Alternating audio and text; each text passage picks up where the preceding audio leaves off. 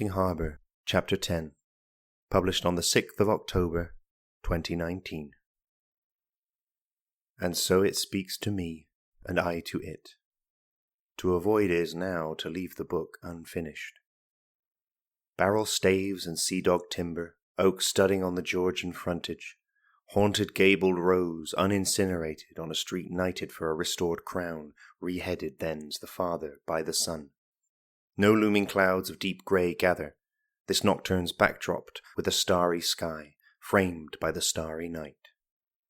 My jacket's blacks pushed against me and my hair is lifted by the current, strong, weak, strong again, of the cold night wind that's blowing. I've still not stepped, so steeped in apprehension, stopped at standing, studied by a staunch believer in the baseness of sobriety. "Are you calling me a drunk?" From green and narrow eyes set in a somewhat tilted head, a stare above a dirt-dark disarray covering all beneath the cheekbones but the mouth. The flux of the shattering light dark green drains me of resolve, drags me low even as I still stay standing, rips the bond between my muscles and my mind. "You..." The words move glacial. "I don't understand you at all. So why are you much more bearable?" He corks the bottle's end, grubby glass and calloused skin, so the rum's rendered unspillable. Kalaing kalianging in a steady cycle on the stone, rum-rolling waves mix their momentum side to side till I grab the bottle by the bottleneck, crouching down. I try to write that I now stand back up, but the ink that soaks the page brings me streetward. It sets me sitting with my forearms across my knees, the bottle in my right hand, my right wrist in my left, blades apart beneath hunched shoulders. "Let me up." He seethes with adamant refusal, somehow calm in all his body language, but only for the incensed eyes, not even furrowed is the brow above them. The jading glow prostrates and enervates. "Let me up." He calmly seethes, the jading glow debilitates. "Let me up." He seethes, still calm, more strong. The jading glow so o'erwhelms and paralyzes. "Let me up." He seethes, adamantine tyranny, the jading glow yet gorgonizes. Tears wept whence the words would be. He seethes, weeping whence the words should be. The jading glow still disenables. Silence, seething, stupefied. Were I stronger, the bottleneck have dissembled violently by now, and my right wrist would be pierced and shattered, burned down to ash. Do not ask it for permission. Still, yet he erupts with, in his stare, command. Let it sit there. Let it stay. Get up. Do not ask it for permission. A bull's breathed bellow blazes incandescent as his green eyes dim. I stand and walk on past him, the bottle kept within my grip, within my grasp. Such sudden change. A moment of momentum. Though I pace away, afraid to slow, averse to calm, near all of me is weighted back and wrenched down, the moon free of the earth, trying to escape the sun, desperate if not frantic to move onward till it's safe to linger. I weave between pickpockets and pickpocketee, causing cover and confusion and success, into and out of a muddy sewage stench that wafts in waves with irregularity as petty smugglers and thieves with their glassware and their sugar and their rum, that which they've stolen from the hogsheads, envelop me and de-envelop on their stampede across the street now, where, falling into me, near onto me, a man who reeks of all accumulation rips the bottle out with ease from my weak hand, puts his other black against my chest and forms a fist around my jacket, pulls me in and slurs, "Noche oscura de la mente." Together he both lets me go and downs the rum that's left. He hurls the bottle at a dog. Thank chance he misses. Standing now beside an avenue that goes off to the right, I nurse my sternum, masked to pectoral sails, where sits a psychological contusion, if not a fleshly bruise.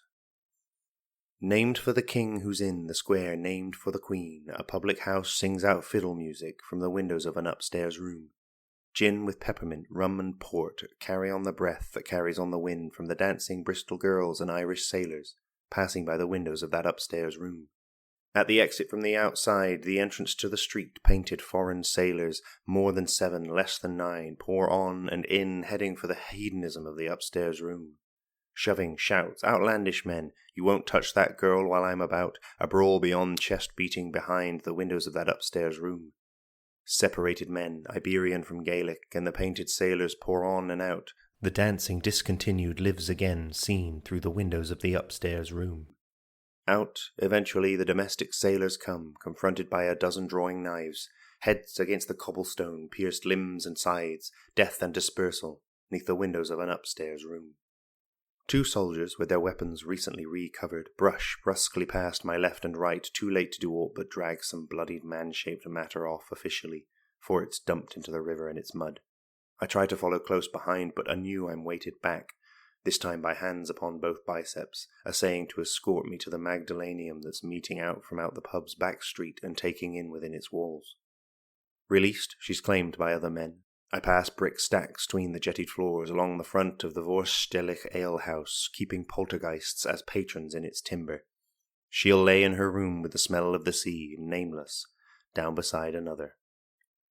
Through a pocket of rare and clear and open space, I pace, don't rush through it, slowing to a walk by Cooper's Hall. Its Palladian facade, arched, Venetian, columned, fronts a fluctuating space, from assembly room to Baptist chapel, from warehouse for wine to fruit. Rolling thunder arises from behind it. Hidden is the source, a secret without foundations. That thunder, like cannonballs rolling through a gutter, haunts an auditorium in concert with the spectral tragedienne. So recently the Queen, my lord, is dead. Enter 3 players from stage left, mid-conversation. 1 is leading, with the other 2 following. Leader. Here. Follower 1. Here? Leader. Through the yard of Mr. Foot. Follower 1. Confused. What? Leader. Impatient. Through his yard. Follower 2. Skeptical. We go through someone's yard. Leader. Yes, knock on his door. Follower 2. How can the entrance to a theatre? Leader snaps his hand over the mouth of follower 2. Leader. Not a theatre. Follower 2. Muffled. What? Follower 1. What do you mean? Leader. We are not a theatre. Follower 2 takes leader's hand from off his face. Follower 2. But we are going to see a Leader snaps his hand back over the mouth of follower 2. Leader. Shh. Follower 2. Follower 1. Hesitant. But, leader. Defiant. We produce and put on no plays. Follower 1. Okay. Then what? Leader. Proud. We hold concerts with a specimen of rhetoric. Follower 1 takes leader's hand from off the mouth of follower 2. Leader. The house of Mr. Foot, then. Follower 1. And if we knock on his door, he will take us through his backyard, from which we will enter the... Leader. Yes, now please. Leader gestures impatiently to stage right, to a nearby gabled house. Follower 2. Aghast. A concert with a specimen of rhetoric is exactly what Follower 1 snaps his hand over the mouth of follower 2. Followers exchange glances and exit stage right. Playwright. Inquisitive. Why do you have to pretend you aren't? Leader exits through trapdoor. Playwright. A theatre. Playwright watches as paper scraps blown by the wind fix against a nearby window. Narrator. We done here? Playwright. I believe so. Narrator. Those scraps on the unclean glass of that wonky window. Playwright. Yeah? Narrator. Me or you? Playwright. Indifferent. You go. Narrator. Cool. Stage and playwright exit, pursued by a bare-lined page. I stand outside a gabled house as the air lifts the gathered paper. There's a letter from the future, from a painter, from the past, a scrap, a quote of which lands wind-placed, penned letters up against the pain unopaque, convulsive progress. Before it's torn away and taken back beyond the northern sea, I transform it into a voice within my head. Oh, brother, why should I change? I used to be very passive and very gentle and quiet.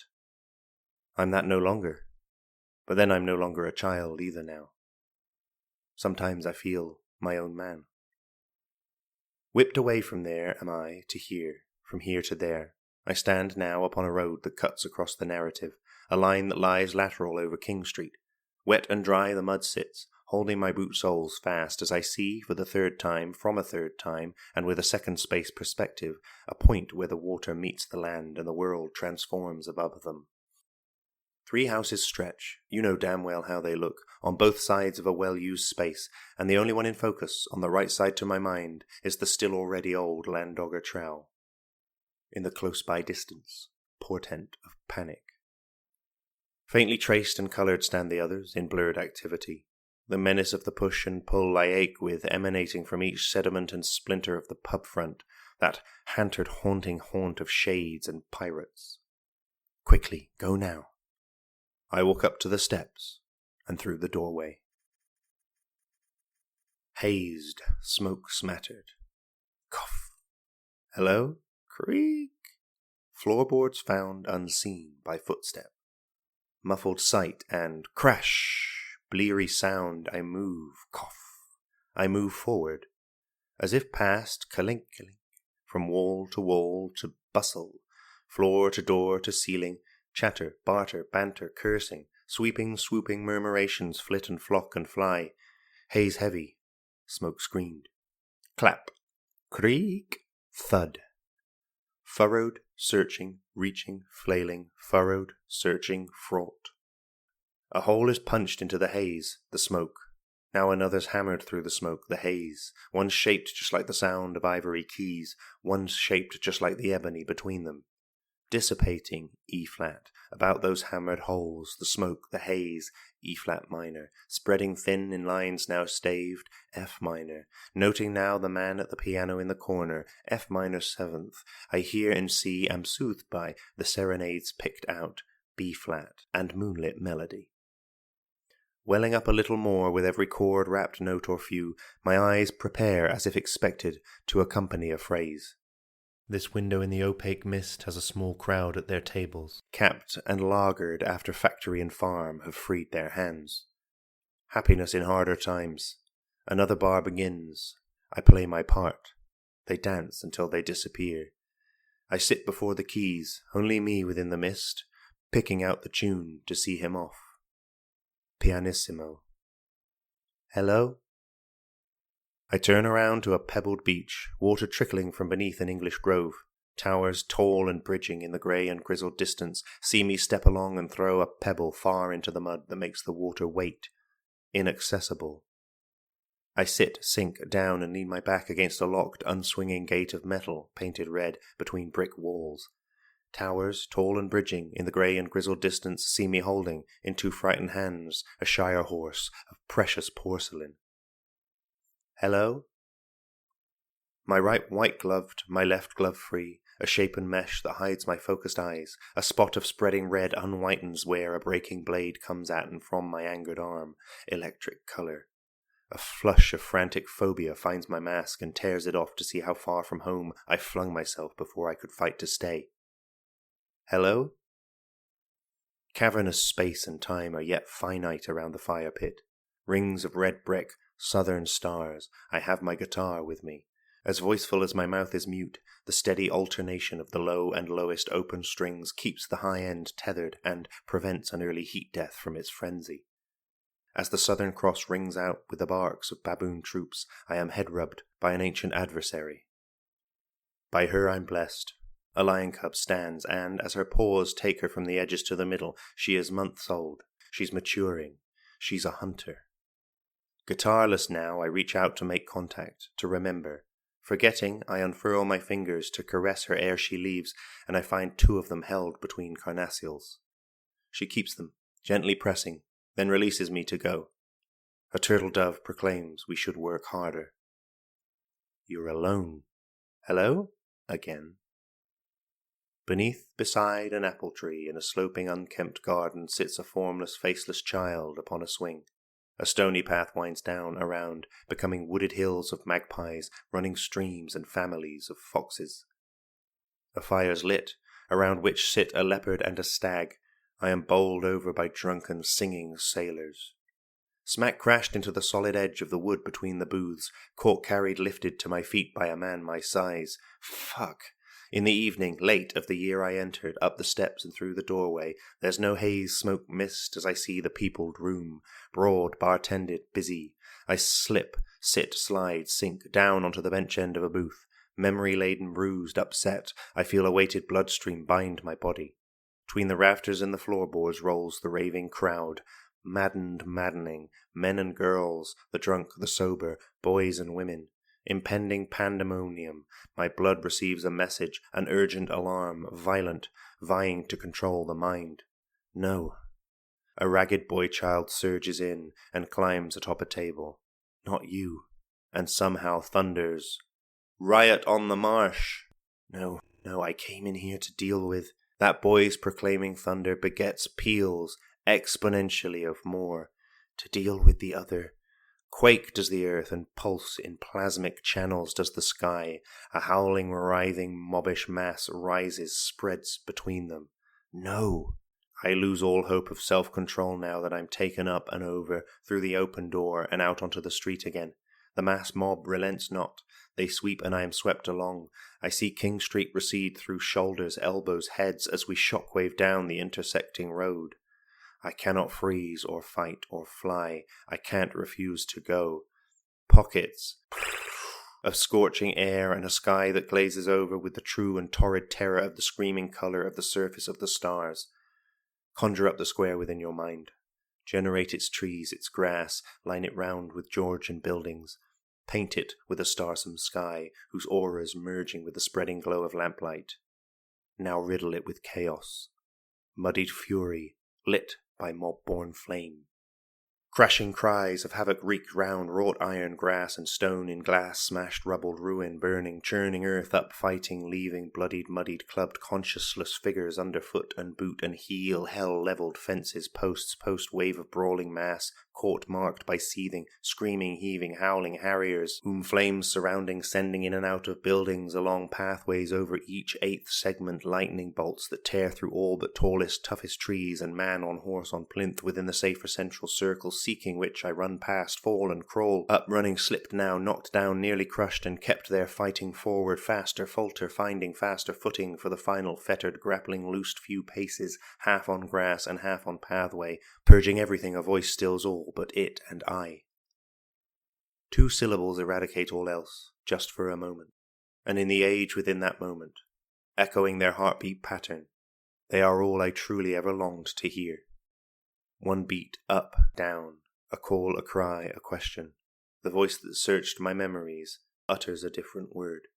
I don't know if you can hear it through the riots.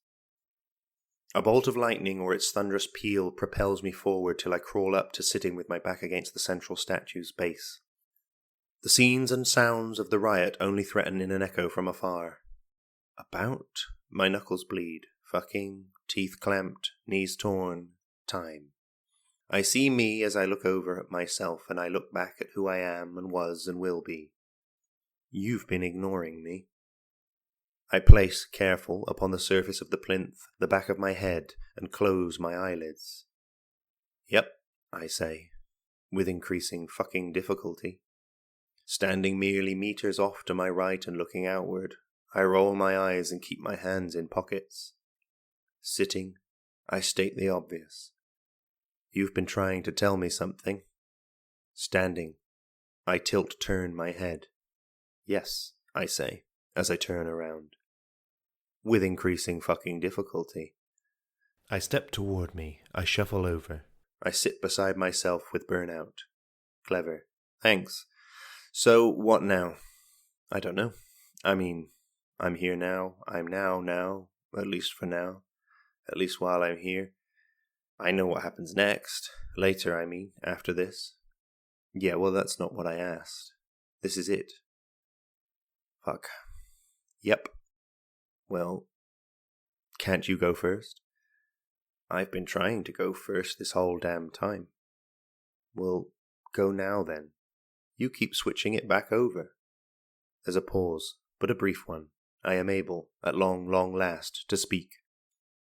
Now that there's nowhere else you can go, no when else you can be, no other parts or pages you can move on to without this one, stop and meditate. but I didn't get this. Just fucking do it. I close my eyes to unavert my gaze from whence it needs to fall. All goes a starless dark, as the heat and the thunder and the contours of the chaos intensify, searing through the limbs. Paroxysms try to prise open the channels to the spirit of a chaste creature, listening for the ground beneath slow-paced placed paws, watching for a tapestry, bright, lighting up 2 points that focus, searing through the tall and blending grass. Turning gulps and gasps of air into slow, unbroken streams, I make the swelling of the lungs into the diaphragm beneath the only thing that is, that counts, that matters. The only thing that is, that counts, that matters. The only thing that is, that counts, that matters. The only thing that is, that counts, that matters. The only thing is, counts, matters. Now, what are you afraid of? What? But you're the one who's afraid, the one who sirens danger, the one who needs to tell me something I should be asking you. I am. Now, what are you afraid of? I might be trapped. And what if you are? Then I can't get out. Out to where? Away from what? Why must you get out? Well, I need to. What is the danger? I might be left. And if you are? Why is that bad? I would be alone. Why can't you be alone? Because what if I'll be forgotten? By whom? Anyone. No one will hear me. Do they need to? Do you need them to? I need them. The only thing that need them to, that counts is why, that counts, the only afraid of, the thing, and what'll you do now? You're the one that is, that matters, the one who sirens, trapped, alone, away, from what? Fire and starlight. I look across at me as I sit, sighing slowly, unchanged. What? You thought it would all be resolved in one brief moment of sustained, belated introspection. This is the beginning. Through tearsome eyes, it's taken me all day, just to get to the beginning. Through tearful eyes and a brief, breathed laugh. But it's a start. Clever. Thanks. I stand. We walk around the statue and to the circle's edge, where a path connects that leads to Redcliffe Corner. Though echoing out from afar, the chaos on the Royal Marsh is kept, and I know I cannot go but one step forward. I can't face it, so I can't deal with it. I'm stuck here. I present something to myself in my own hand.